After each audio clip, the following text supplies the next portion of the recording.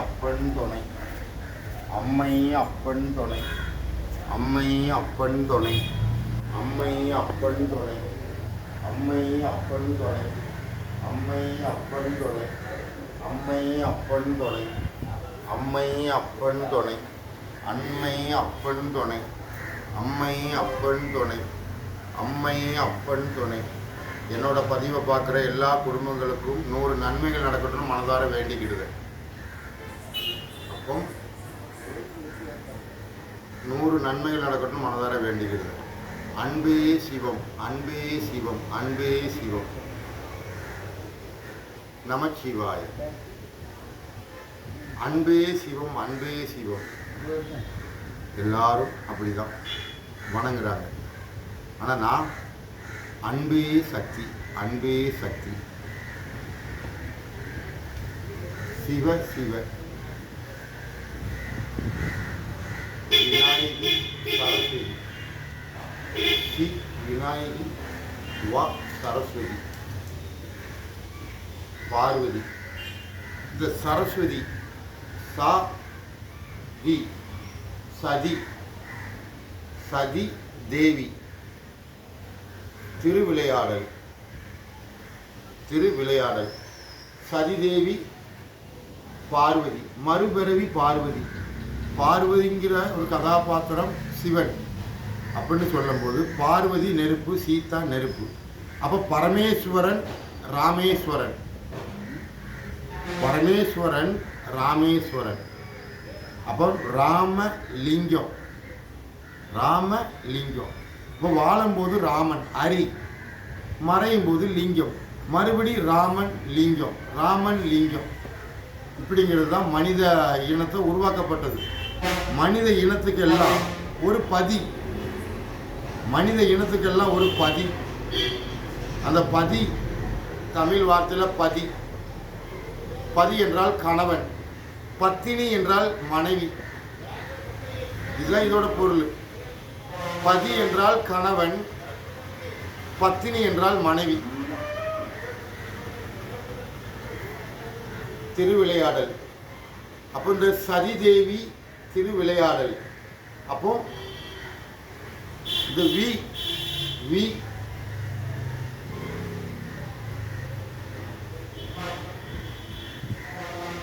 நாயகி. திருவிளையாடல் வி.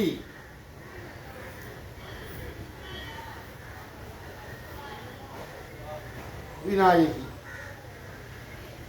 வைஷ்ணவி, வைஷ்ணவி நாயகி, வைஷ்ணவி நாயகி. அப்போ வி.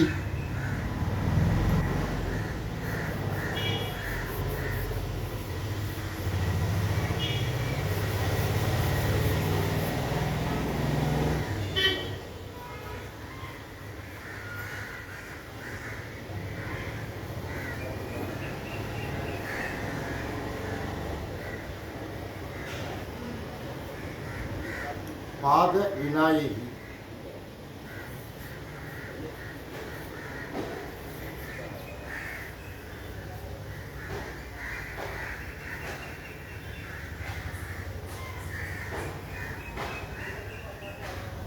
அடி அண்ணாமலை.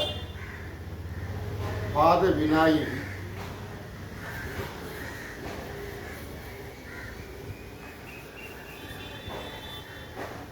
சக்தி.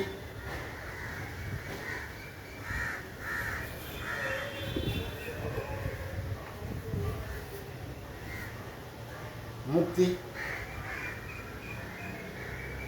சக்தி. அண்ணாமலை நினைத்தால் முக்தி.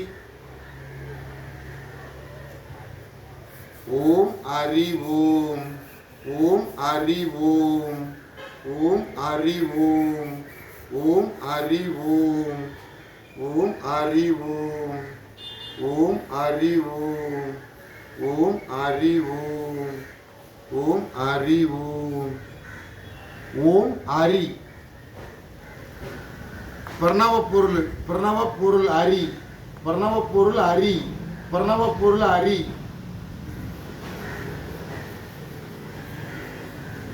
பாலா, பாலா,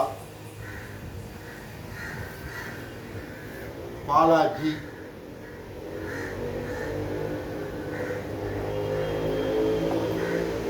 இது ஏன் எழுதி காட்டுறோம்னா, பெரிய திருமலை நம்பி திருப்பதி பெரிய திருமலை நம்பி பெரிய திருமலை நம்பிய ராமானுஜர் சந்திக்க சொல்றாரு திருப்பதியில.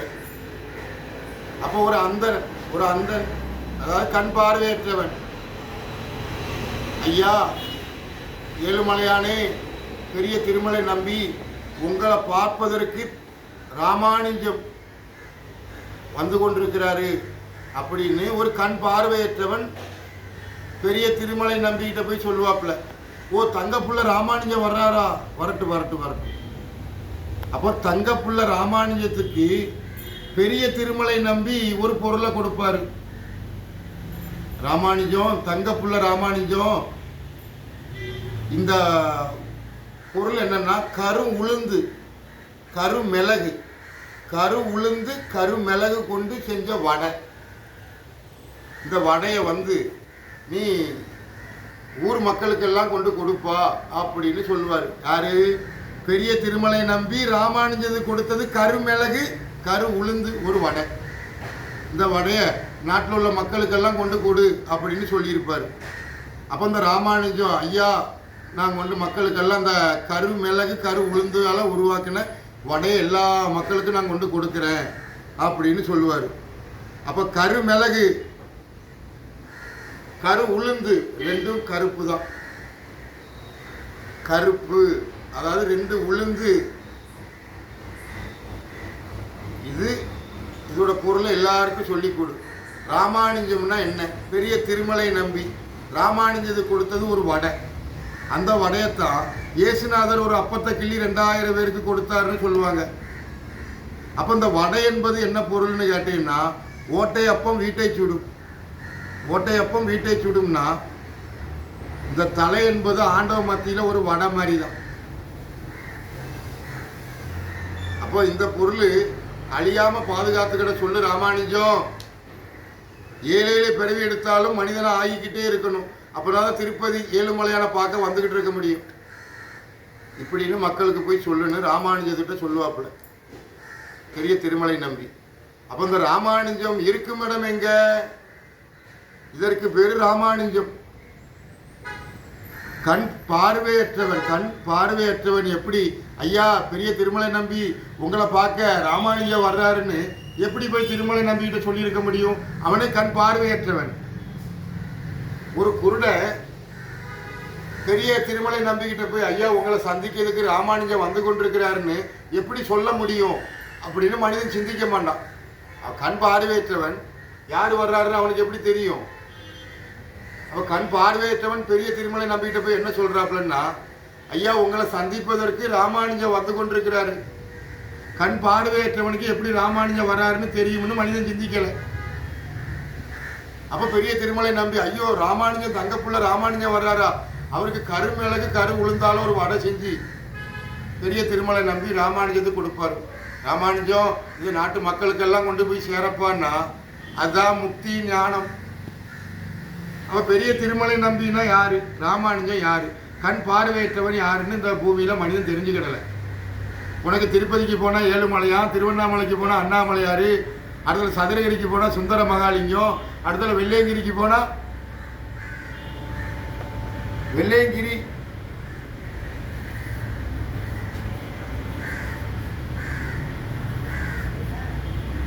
வெள்ளை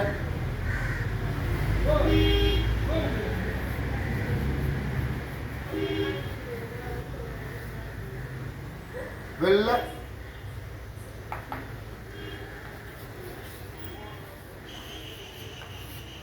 கிரி உச்சி. அப்போ மலை வெள்ளை விநாயகர், 7வது மலை சதுரகிரியில மலை வெள்ளை விநாயகர், 7வது மலை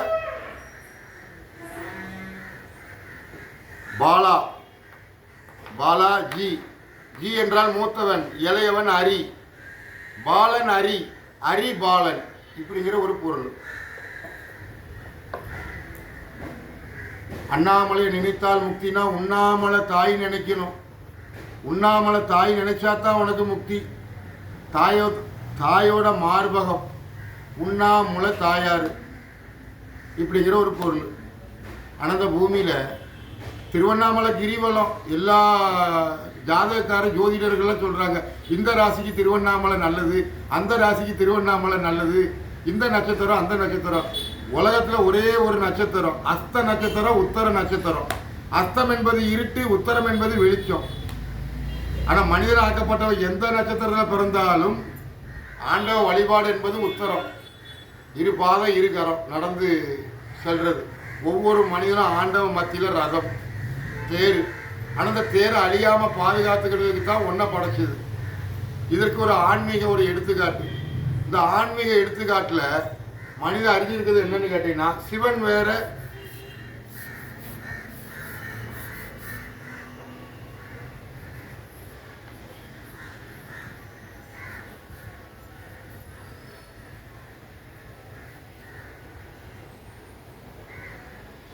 லிங்கா லிங்கா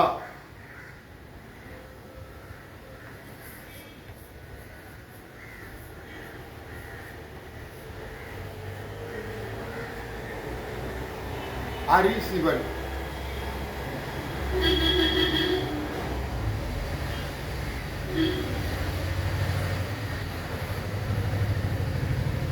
சதா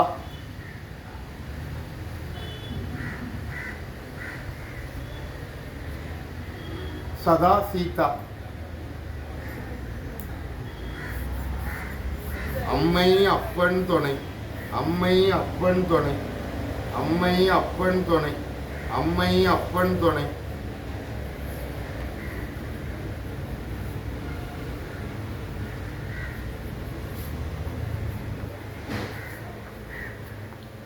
ராதா வேதம் நாதா.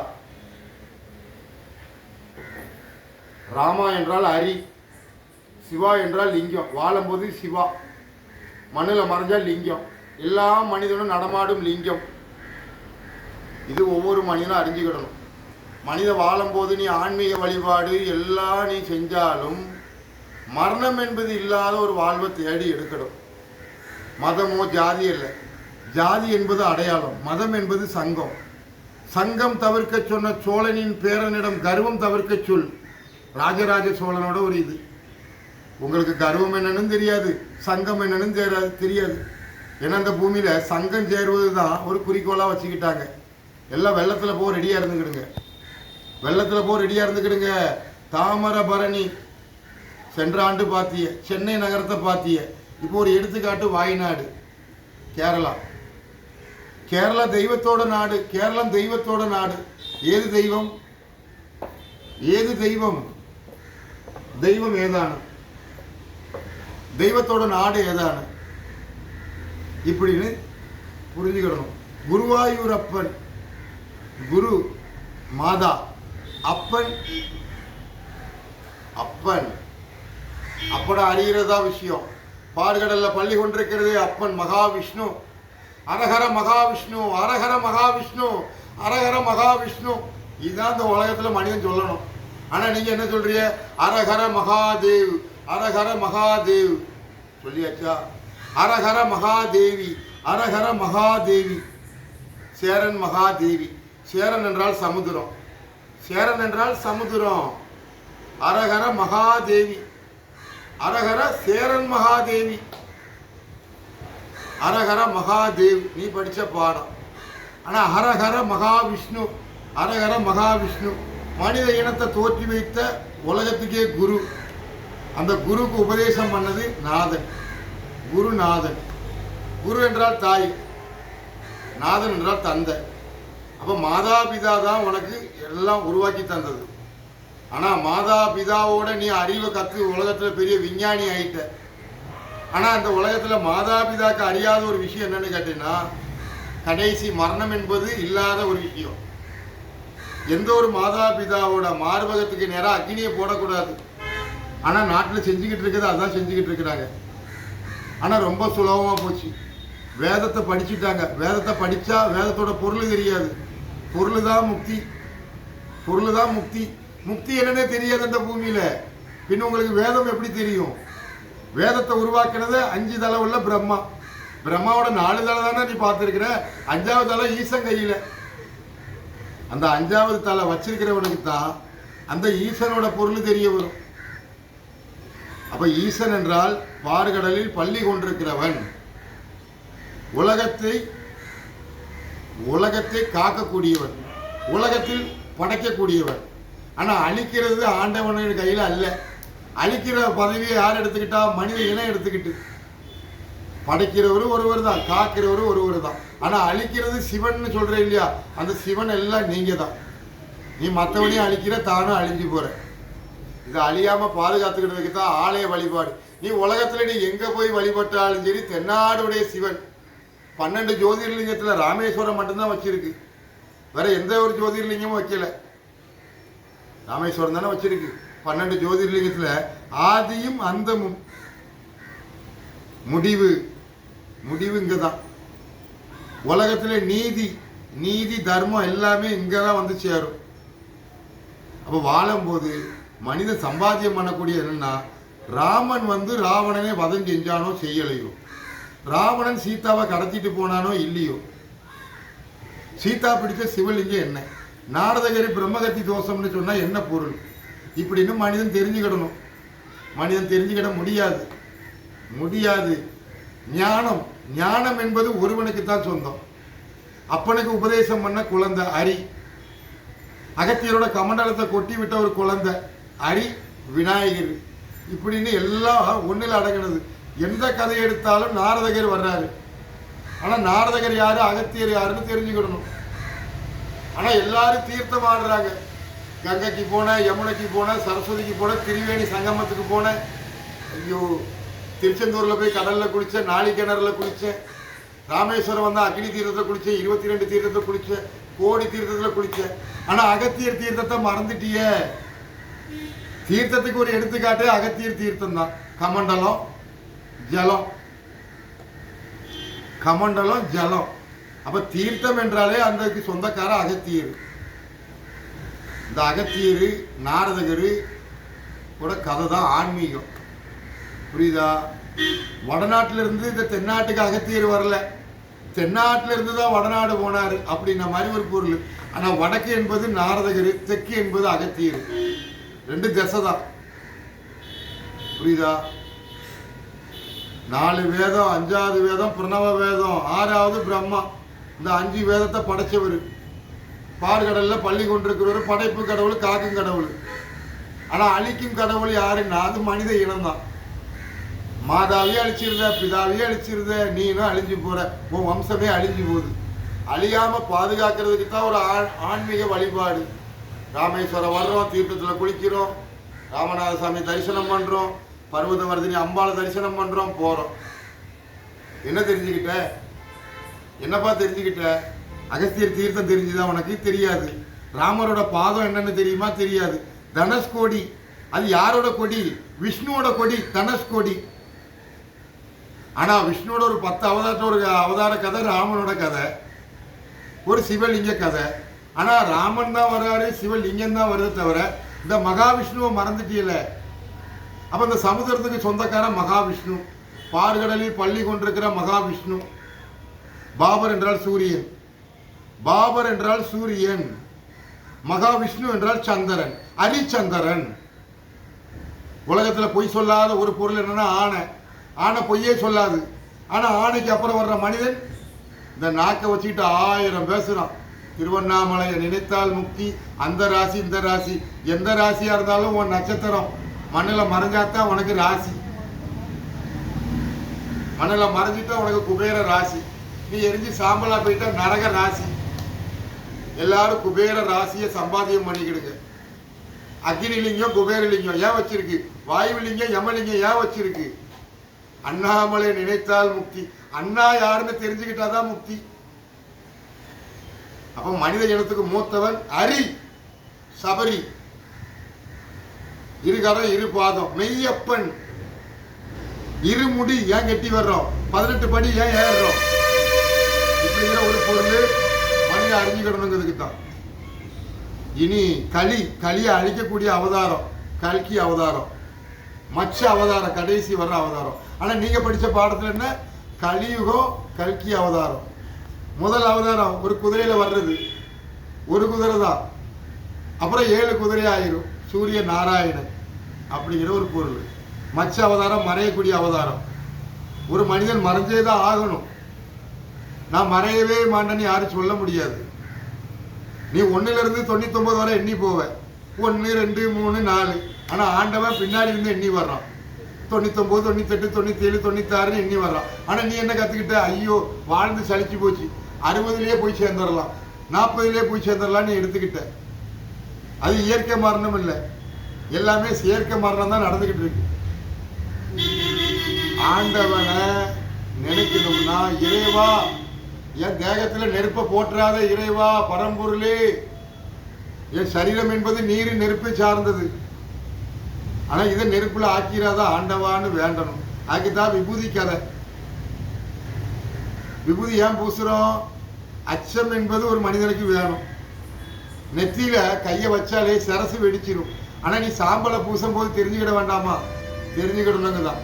சந்தனம் குங்குமம் தொடணும், இந்த சாம்பல் ஆகக்கூடாது. நான் அச்சப்பட்டு வாழ்றேன், இறைவா என்ன அந்த சாம்பல் ஆக்கிறாத இப்படின்னு வேண்டதுக்கு தான் ஆலய வழிபாடு. எங்க போனாலும் விபூதி கொடு விபூதி கொடு விபூதி கொடு விபூதி பூசு. பாவியலாம். அச்சம் என்பது ஒரு மனிதனுக்கு வேணும். சாம்பல் ஆகிடக்கூடாது, சாம்பல் ஆக்கிறாத இறைவான்னு வேண்டதுக்கு தான் அந்த பொருளை கண்டுபிடிச்சது. அது அசுரனை கொடுக்கக்கூடிய தண்டனை. அப்ப அசுரனை சாம்பல் ஆக்கியது யாரு, கிருஷ்ணன் ஆக்கினானோ சிவன் ஆக்கினானோ? கிருஷ்ணன் தான் ஆக்கினான். அசுரனை அழிச்சது கிருஷ்ணன், அசுரனை அழிச்சது கிருஷ்ணன். அப்ப சிவன் யாரையும் அழிக்கல. சி என்றால் சக்தி, வா என்றாலும் சக்தி. அப்ப இன் உயிர் உள்ள மனித இனம். ஆனா மறைஞ்சிட்டா இம் சிவம். கைலாயம் பெற வேண்டிதான். கைலாயம் போனா மறுபடி பிறவி, மறுபடி கைலாயம், மறுபடி பிறவி, மறுபடி கைலாயம். இப்படி வாழ்றதுக்கு தான் மனித இனத்தை படைச்சது. நீங்க எல்லா பிறவியும் எடுத்து வந்துட்டீங்க, ஆனா இப்பிறவில அறியாயுமே உன்னை கத்து வச்சுக்கிட்டு அழிஞ்சு போறீங்க. உலகத்துல எத்தனை குரு இருந்தாலும் அப்பனுக்கு உபதேசம் பண்ண பாடம் பிரணவ மந்திரம் அறிஞ்சவன் தான் குரு. பிரணவ மந்திரம் இந்த உலகத்துல எத்தனை பேருக்கு தெரியும், பிரணவ பொருள் எத்தனை பேருக்கு தெரியும், இப்படிங்கிற ஒரு விஷயம்தான். கல்கி என்றால் புகழ், மச்ச அவதாரம் என்றால் ஆயில். ஆயில் முடியதுக்குள்ள உன் புகழ் எல்லாத்தையும் சம்பாத்தியம் பண்ணி வச்சாலும் உன் புகழ் எல்லாமே மறைஞ்சிடும். ஆனா மறையாம இருப்பது உன் ஆத்மா ஒண்ணுதான். ஆத்மா எங்க இருக்குன்னு கேட்டா இதுக்கு பேர் தான் ஆத்மா. இந்த ஆத்மா தான் உன்னை உருவாக்கி வச்சிருக்கு. இப்படிங்கிற ஒரு பொருள். அன்பே சிவம் அப்படின்னு நீங்க சொல்லுங்க. நான் அன்பே சக்தி, இது என்னோட இது. புரியுதா? சக்தியே முக்தி, முக்தியே சக்தி, சரஸ்வதியே சக்தி, சரஸ்வதியே சக்தி, சக்தியே சரஸ்வதி. அம்மை அப்பன் துணையா ஒவ்வொரு மனிதன் தான் இருக்கணும். ஆனா அந்த மனிதன் மாதாவையே எரிச்சிடுறான், பிதாவையே எரிச்சிடுறான், தானே எரிஞ்சு போறான். இதை அறிகிறது தான் ஞானம்.